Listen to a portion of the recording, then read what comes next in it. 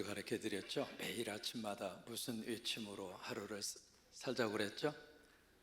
야다 예호바. 같이 한번 외칩니다. 시작. 좀 크게 하시면 더 은혜가 됩니다. 시작. 한 번만 더 합니다. 시작. 뜻은 기억하시죠? 여호와께 감사하라. 오늘 성경이 이제 너무 잘 하시는 말씀이거든요. 항상 기뻐하라, 쉬지 말고 기도하라, 범사에 감사하라. 사실은 우리 한국말에 이 접속사가 많이 생략이 돼 있어서 굉장히 아쉽습니다. 아쉬운데 여기도 이제 접속사 하나가 빠져 있거든요. 여기에 키라고 하는 접속사입니다. 그래서 이제 영어 번역은 사실 원문의 접속사를 거의 잘 살려냈습니다. 왜냐하면 그 뜻이죠. 왜냐하면 이것이 예수 믿는 너희를 향한 하나님의 뜻이기 때문이다. 같이 한번 차고 같이 고백하십니다. 항상 기뻐하라, 쉬지 말고 기도해라, 범사에 감사하라. 왜냐하면 이것이 예수 믿는 나를 향한 하나님의 뜻이기 때문이다. 이해가 좀 더 명확하시죠? 그러면 오늘 이 말씀 속에 이것이 바로 예수 믿는 나를 향한 무슨 뜻이라고 그랬죠? 하나님의 뜻이라는 거예요. 일반적으로 하나님의 뜻하면 우리 머릿속에 무슨 생각이 딱 들어오냐면 내가 어떻게 하는 것이 하나님의 뜻인가? 아마 그 생각이 머릿속에 딱 이렇게 들어올 거예요. 그래서 이제 예수 잘 믿는 어느 할머니가 이렇게 길을 이렇게 걸어가시다가 여기 이렇게 쭉 걸어가시다가 길이 두 갈래로 갈라진 거예요. 그래서 가운데 딱 서서 지팡이를 잡고 하나님 앞에 기도해. 하나님, 어느 길로 가는 것이 하나님의 뜻인가요? 그렇게 이제 기도하는 거예요. 그러면서 하나님, 이 지팡이가 쓰러지는 방향이 하나님 뜻이라고 믿고 그 방향으로 가겠습니다. 그래서 이제 가운데다 지팡이를 딱 놓고 손을 딱 놓으니까 지팡이가 오른쪽으로 팍 하고 쓰러졌어요. 그러니까 할머니가 지팡이를 다시 잡으면서 이거 말고요, 하나님의 뜻이라면 제가 그 방향으로 갈게요. 그리고 다시 한번 지팡이를 딱 가운데 잡고 손을 딱 놓으니까 또 오른쪽으로 또 딱 이 지팡이가 쓰러진 거예요. 그러니까 할머니가 다시 잡아서 딱 붙잡고, 주님, 하나님의 뜻이라면 내가 그 방향으로 간다니까는요 하고 딱 놓으니까 이게 왼쪽으로 딱 쓰러니까, 그렇죠, 바로 이게 하나님의 뜻이죠. 이게 바로 뭐냐면 내가 생각하는 어떤 하나님의 뜻을 딱 정해놓고 그 하나님의 뜻대로 내 삶이 풀려가면 이게 하나님의 뜻이다고 착각한다 이 말이에요. 과연 그게 하나님의 뜻인가? 하나님의 뜻은 내가 뭘 하고 뭘 하지 않는 것이 하나님의 뜻인가? 예를 들면 여러분들 지금 예배 드리시잖아요. 여러분 예배 드리면 하나님의 뜻을 행하는 거예요? 행하지 않는 거예요? 잘 모르면 그냥 가만히 계시면 최고 좋긴 하죠. 여러분들 기도하시면 하나님의 뜻을 행하는 거예요? 행하지 않는 거예요? 대답 좀 해보세요. 제가 틀리고 맞고 다음에 말씀을 해드릴 테니까. 성경을 읽으시면 하나님의 뜻을 행하는 거예요? 행하지 않는 거예요? 그게 이제 우리들의 생각입니다. 그래서 만약에 예배를 빠졌다? 내가 하나님의 뜻대로 못 산다? 그런 괴로움 속에 사로잡힙니다. 내가 기도해야 되는데 기도를 못했어요? 내가 오늘도 하나님의 뜻을 거슬렸구나. 그 죄책감이 들어옵니다. 성경을 하루에 3장을 읽어야 되는데 한 장 반밖에 못 읽었어. 그럴 수도 있는 거지. 그런데 하루에 석 장 읽어야 되는 성경을 못 읽었으니까 오늘 하나님의 뜻대로 내가 못 살았다. 여러분, 이게 하나님께서 우리에게 요구하시는 하나님의 뜻인가?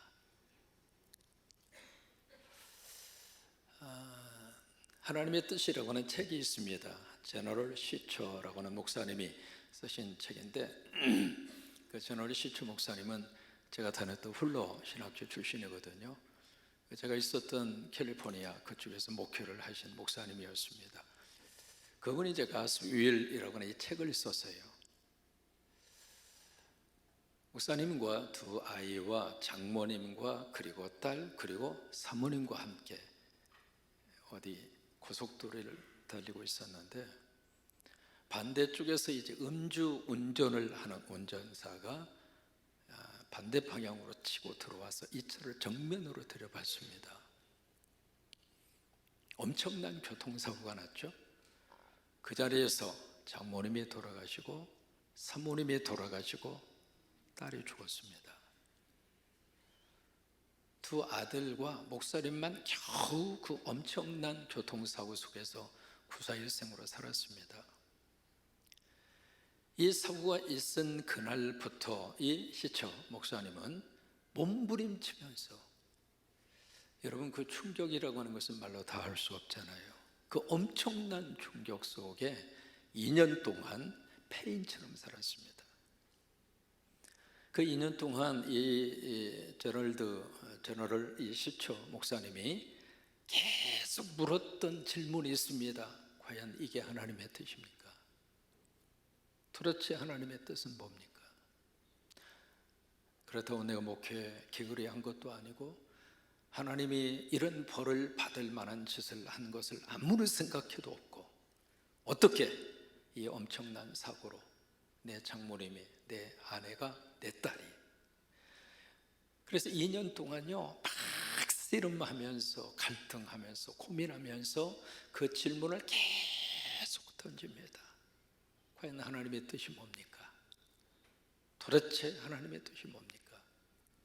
그래서 2년 동안 그렇게 폐인으로 그걸 살다가 2년 만에 이 저널을 시처 목사님이 다시 일어납니다. 그러면 이분이 2년의 세월 동안에 하나님의 뜻을 이해하고 알았기 때문에 다시 일어서서 사역을 했을까? 아닙니다. 여전히 하나님의 뜻에 대해서는 궁금했습니다. 도대체 하나님의 뜻이 뭔지도 몰랐습니다. 그러면 그로 하여금 일어서게 한 것은 과연 뭘까? 우리가 일반적으로 하나님의 뜻, 그 이야기 참 많이 해요. 자, 생각해 보세요. 뭐가 하나님의 뜻이에요? 여러분들은 뭘 하나님의 뜻이라고 생각하십니까? 우리가 기도하면서 뭐 하나님의 뜻대로 살게 해주세요. 뭐 기도 좋아요. 또 어떤 뭐 은혜를 받고 성령으로 충만하면 하나님 내 삶을 하나님의 뜻대로 바치겠습니다. 좋아요. 바쳐요. 바치세요. 근데 과연 하나님의 뜻을 뭐로 이해하고 있는가? 우리는 이제 머릿속에 무슨 생각을 갖느냐면, 하나님이 내 삶 속에 다 개입해 들어오셔서 내 환경도 바꾸어 주시고 내 삶의 자리도 바꾸어 주시고 그 모든 것들이 내가 원하는 쪽으로. 여러분 그런 기도 제목 있으시죠? 대답도 안 하셔요. 우리 기도 제목의 거의 80~90%가 하나님 내가 이런 걸 원합니다. 이런 소원이 있습니다. 이런 소원이 있는데 이런 방향으로 내 삶의 자리를 좀 바꿔주세요. 내 환경을 좀 바꾸어주세요. 내 상황을 바꾸어주세요. 구체적으로 설명합니다. 하나님 내 남편이 속 썩이고 있는데 하나님 남편 어떻게 다리 몽댕이를 분지르든지, 아니면 꿈속에 하나님이 나타나셔서 야 이놈아 너 나한테 한방 얻어맞고 돌아올래, 좋은 말 할 때 돌아올래, 한 번만 말씀하시면 내 남편이 싹싹싹 빌고 여보 나 다음부터 열심으로 예수 믿고 편한 그런 사람으로 살았게 하나님 그런 모습으로 내 남편을 확 바꾸어 주시옵소서. 그러면서 그런 마음의 소원과 기도 제목이 있습니까? 없습니까? 대답할 필요는 없죠. 아니면 속썩이는 자식을 놓고 부모가 하나님 앞에 어떻게 해서든지 이 자녀를 좀 생각을 고쳐주고 마음을 고쳐달라고 그렇게 우리들의 마음에 소원을 가져요. 그런 기도를 갖습니다. 그게 우리들의 마음속에 갖는 많은 경우에 기도의 제목이고 마음의 소원이에요. 그래서 그 환경을 내가 원하는 쪽으로 바꾸어 주시면 하나님의 뜻이 이루어졌다. 만약에 그 환경이 바꾸어지지 않으면 하나님의 뜻이 아직 내 삶 속에 이루어지지 않았다. 그래서 절망합니다. 여러분, 살다 보면 병 걸릴 수 있습니까? 걸리지 않습니까? 걸릴 수 있죠. 그럼 병 걸리면 하나님의 뜻을 거역한 겁니까? 사업이 잘 나가다가 사업이 출렁거려서 주저앉으면 하나님의 뜻대로 살지 않아서 그런 결과가 온 겁니까? 오늘 성경은요, 이 세 가지 말씀을 딱 주시면서 우리에게 이것이 예수 믿는 너희를 향한 하나님의 뜻이다. 근데 여기서 말씀하시는 이 하나님의 뜻이라고 하는 이 말씀은요, 무슨 환경을 바꾸어 준다든지 무슨 상황을 우리가 원하는 쪽으로 이 상황 자체를 뒤집어지게 한다든지 그런 게 아무것도 없어요. 그잖아요.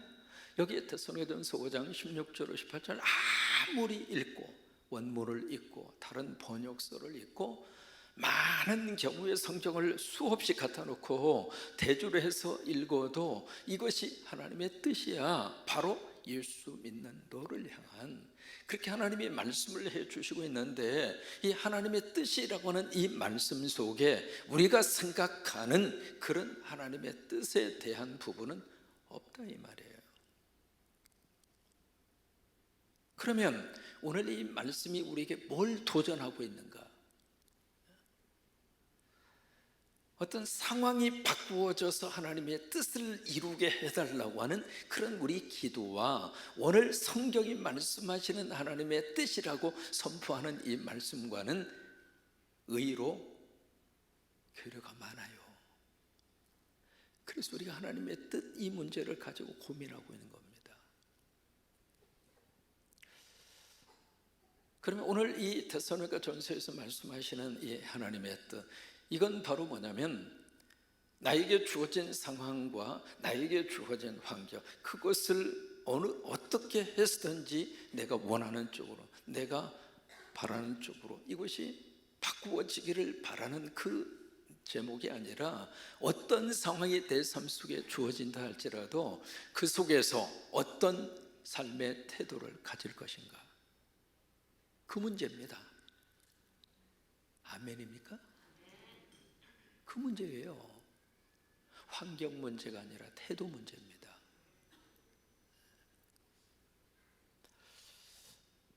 그래서 이 태도 문제인데, 이 태도를 우리에게 세 가지로 요구하시는 거예요. 항상 기뻐하고, 쉬지 말고 기도하고, 범사에 감사하고. 그것도 앞에 있는 부사가요, 보통 부사가 아닙니다. 기뻐하는데 어떻게 기뻐해요? 항상 기뻐하라는 거예요. 지금 인상 쓰고 있으면 말씀을 좀 불순종하는 거예요. 지금 전부 다. 이 말씀에 순종하려면 입을 좀 벌리세요. 그잖아요. 그냥 기뻐하는 것이 아니라 어떻게 기뻐하라고요? 목사님, 내가 지금 기뻐할 처지가 아닌데요. 성경은 그거 아무 상관없잖아요. 그냥 항상 이라는 거예요. 영어에 그런 말이 있습니다. Always means always. 항상은 항상이다. 거기에 무슨 조건이 없거든요. 그런 삶의 태도를 가져라. 이게 예수 믿는 너를 향한 하나님의 뜻이다 이거예요. 기가 막힌 말씀 아닙니까? 차라리 항상 인상 써라. 그러면 아멘 할 수 있겠는데, 그죠? 항상 얼굴을 굳은 모습으로 서러라. 그러면은 이건 절대 내가 받아들일 수 있겠는데, 우리끼리는 잘 모릅니다. 그런데 외국 사람들과 이렇게 같이 살다 보면은 우리 한국 사람들의 눈이 그분들하고 좀 다릅니다. 눈에 대한 위치가. 근데 이게요, 아무 말도 안 하고 입 딱 다물고 눈 한번 이렇게 유리창을 내리잖아요. 완전히 화난 사람이에요. 집에 가서 거울 한번 딱 보세요. 말하지 말고 입 딱 다물고 눈 한번 조금 내리면서 이렇게 한번 쳐다보세요. 그러면 그 모습이 화난 모습이에요. 인상 자체가. 근데 하나님은 항상 기뻐하라는 거예요. 한번 기뻐해 볼까요 지금? 그냥 말씀에 순종한다고 생각하고 웃기 싫어도 한번 웃어볼까요? 그래도 안 웃으면 뭐 별일 없고 그냥 알아서 하시는데 그냥 말씀에 순종한다고 생각하고 한번 웃어볼까요? 한번?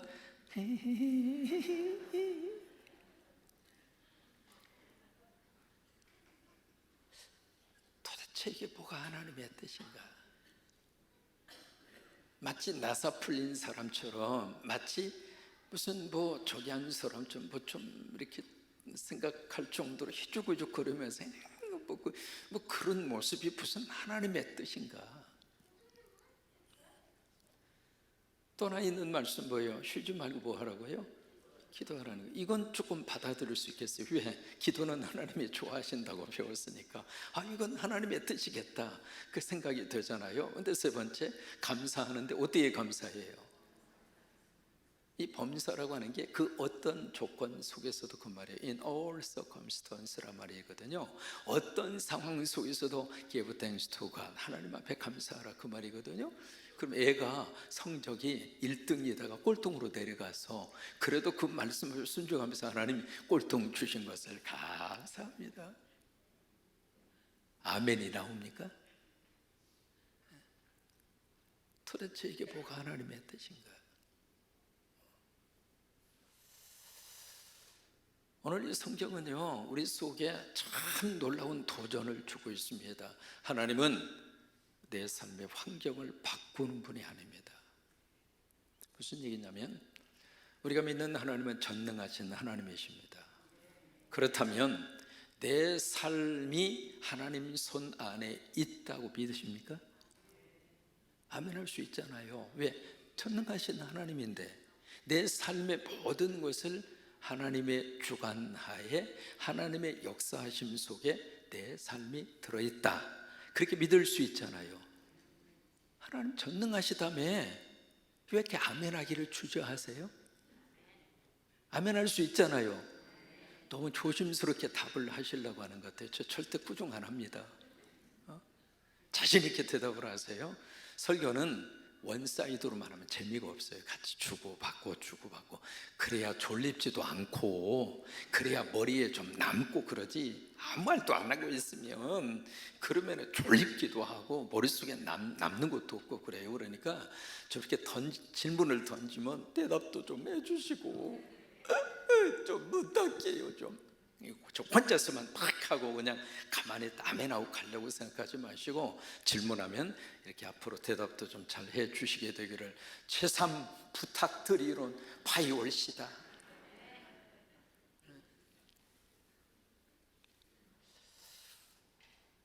그러니까 어떤 상황 속에서도 감사하라. 왜 이게 하나님의 뜻인가 이 말이에요. 그러니까 하나님은, 우리는 그렇게 기도하거든요. 전능하신 하나님이 내 삶을 주관하신다. 왜? 그분이 내 삶 속에 들어오셔서 그 하나님이 내 삶을 주관하시고 내 삶을 인도하시고, 우리는 그 믿음의 고백을 가지고 살아요. 그러면 지금 현재 내 삶의 환경도 하나님의 다스림 속에 있다고 인정하시겠습니까? 아멘입니까? 그러면 내 삶의 환경이 내가 좋아하든 내가 싫어하든 그걸 받아들이는 게 신앙입니다.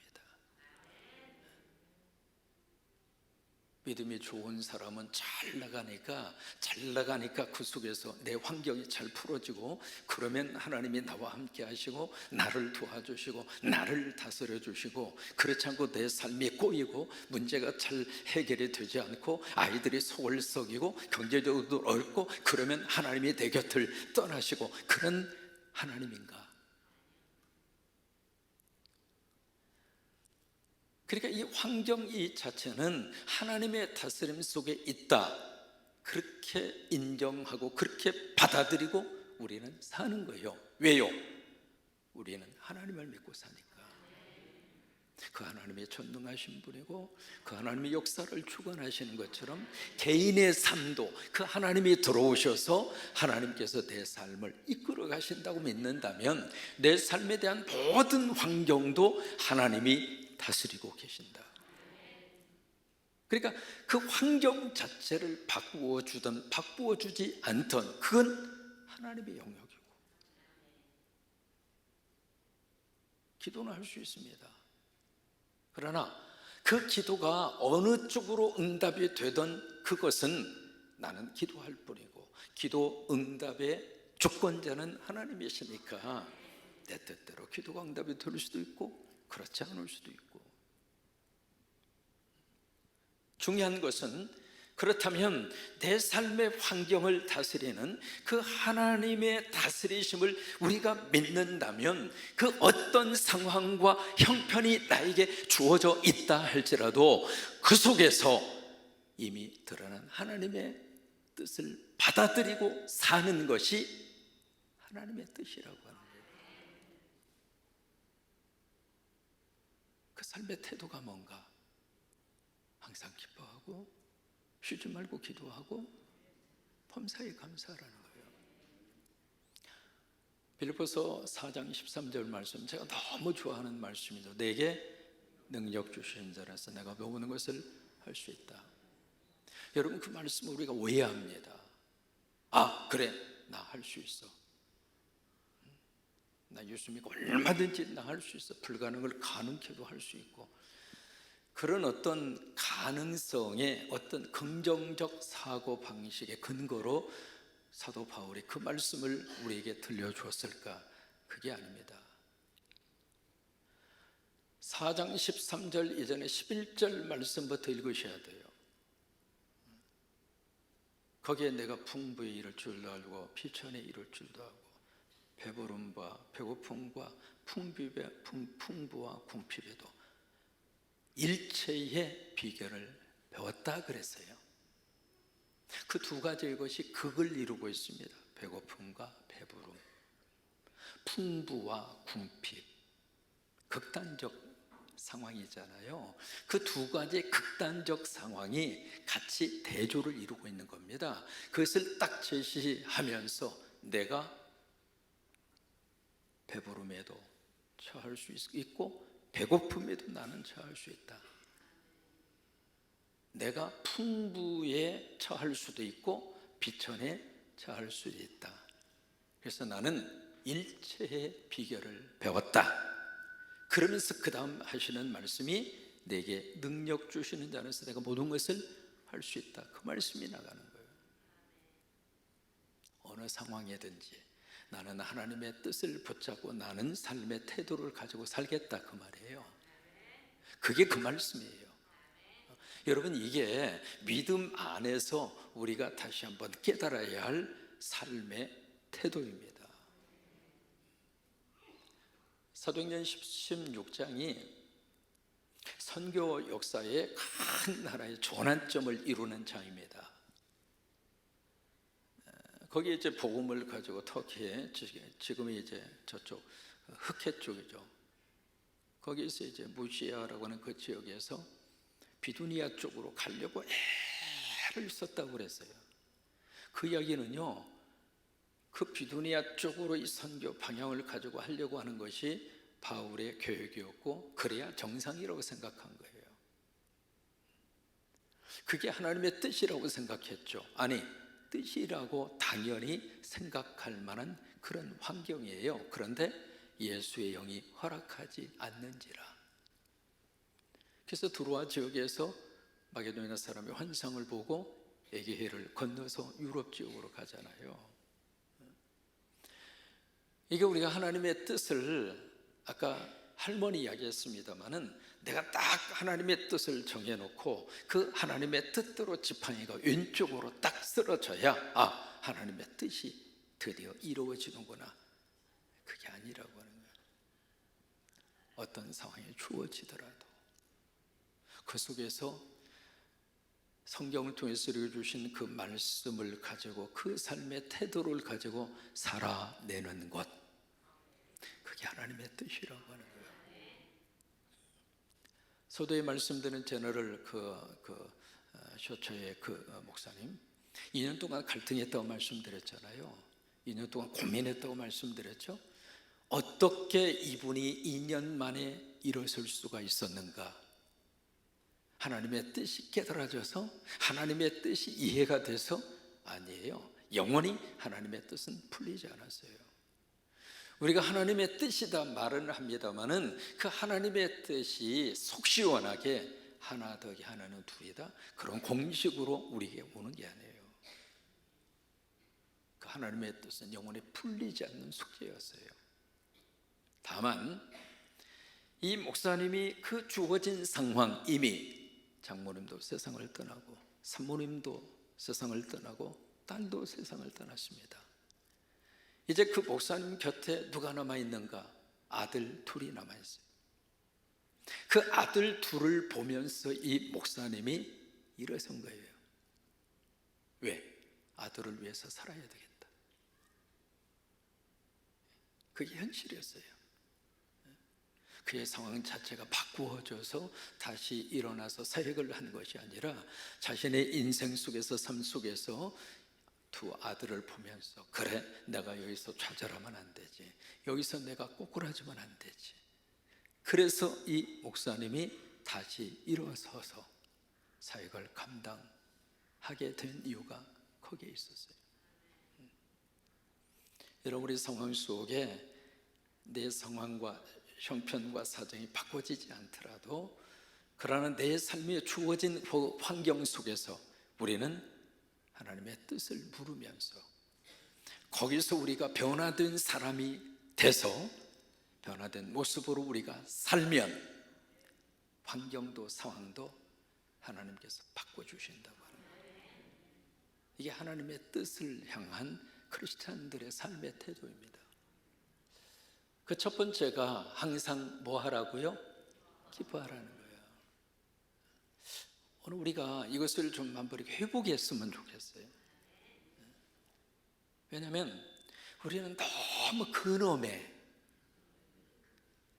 앞에서 이렇게 딱 서 있으면 왜 그렇게 로댕에 생각하는 사람이 많은지. 여기가 지금 어디에 와 계시죠? 누구 집에 와 계시죠?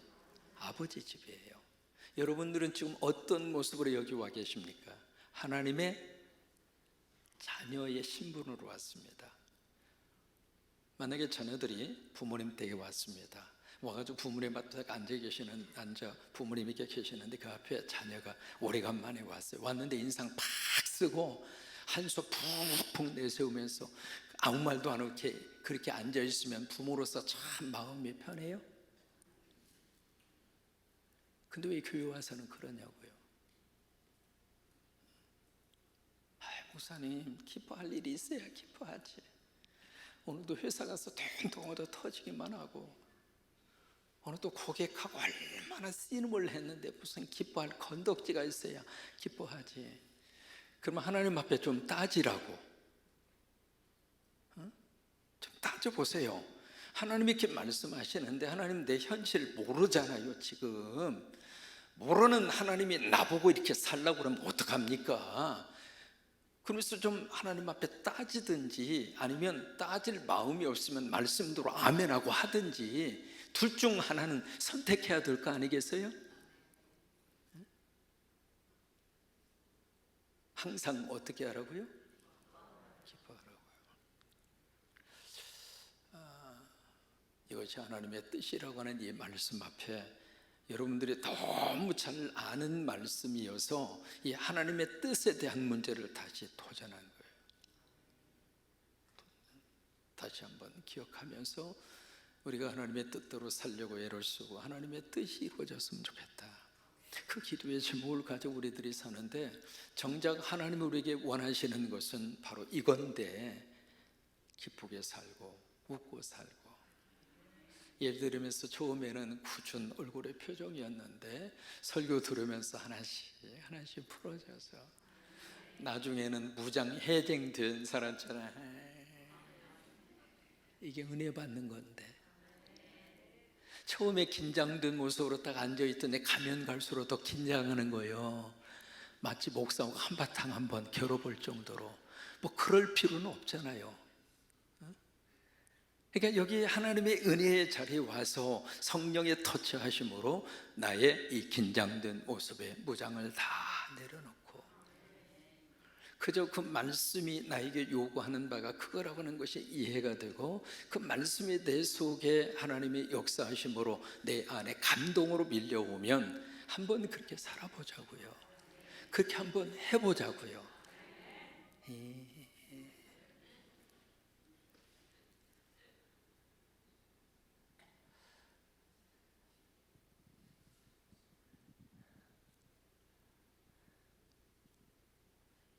근데 좀 신기한 것은 아브라함이 아들을 낳았잖아요. 그 아들의 이름 아시잖아요. 뭐죠? 이시잖아요. 이삭이잖아요. 근데 이삭의 뜻이 무슨 뜻이죠? 웃음이에요. 근데 여러분, 웃음도요 종류가 여러 가지입니다. 씩 하고 웃는 그런 웃음이 있잖아요. 아니면 스마일 해서 치아 한 서너 개 내면은 스마일 이렇게 하는 스마일도 있고요. 아니면 막 웃는 그 박장대소라고 하는 웃음도 있잖아요. 영어도 이제 웃음이라고 하는 단어가 여러 가지 단어가 있습니다. 그중에 랩터라고 하는 단어도 있고요. 그게 이제 박장대소입니다. 말 그대로 포복절도 한다고 그러죠. 막 배를 움켜쥐고 막 웃어서 막 말 그대로 전체가 막 그냥 웃음에 막 취해서 막 그렇게 웃는 그런 웃음. 그런데 이삭이라고 하는 단어의 뜻이 마지막 그 웃음이에요. 하나님은 왜 믿음의 아브라함 속에 이삭을 주었을까? 웃음은요, 기쁨은요, 믿음이 있어야 가질 수 있는 영성이에요. 그래서 기쁠 일이 있으면 기쁘겠다는 사람은 평생 살아도 기쁜 일 찾아보기 어려워요. 그런데 말씀에 순종해서 내가 기뻐하다 보면 하나님이 또다시 나에게 웃을 일을 주시고 나에게 기쁜 일을 주시고, 그러면서 우리가 믿음으로 한 걸음 한 걸음 이렇게 가는 거예요. 오늘 이 말씀이 여러분에게 축복이 되시기를 바라고, 이 말씀 앞에 도전을 받고 이게 내 환경과 상황이 바꾸어져서 웃는 것이 아니라 하나님의 다스림 속에 내 모든 삶의 자리가 있다고 하는 것을 인정하고, 그 자리에서 하나님이 요구하시는 삶의 태도를 가지고 사는 것이 하나님의 뜻이구나 명확하게 여러분들이 기억을 하시고, 먼저 이 말씀을 붙잡고 순종하고 그렇게 살 수 있게 되기를 축복합니다. 그 첫 번째가 항상 기뻐하랍니다. 두 번째는 다음에 하겠습니다.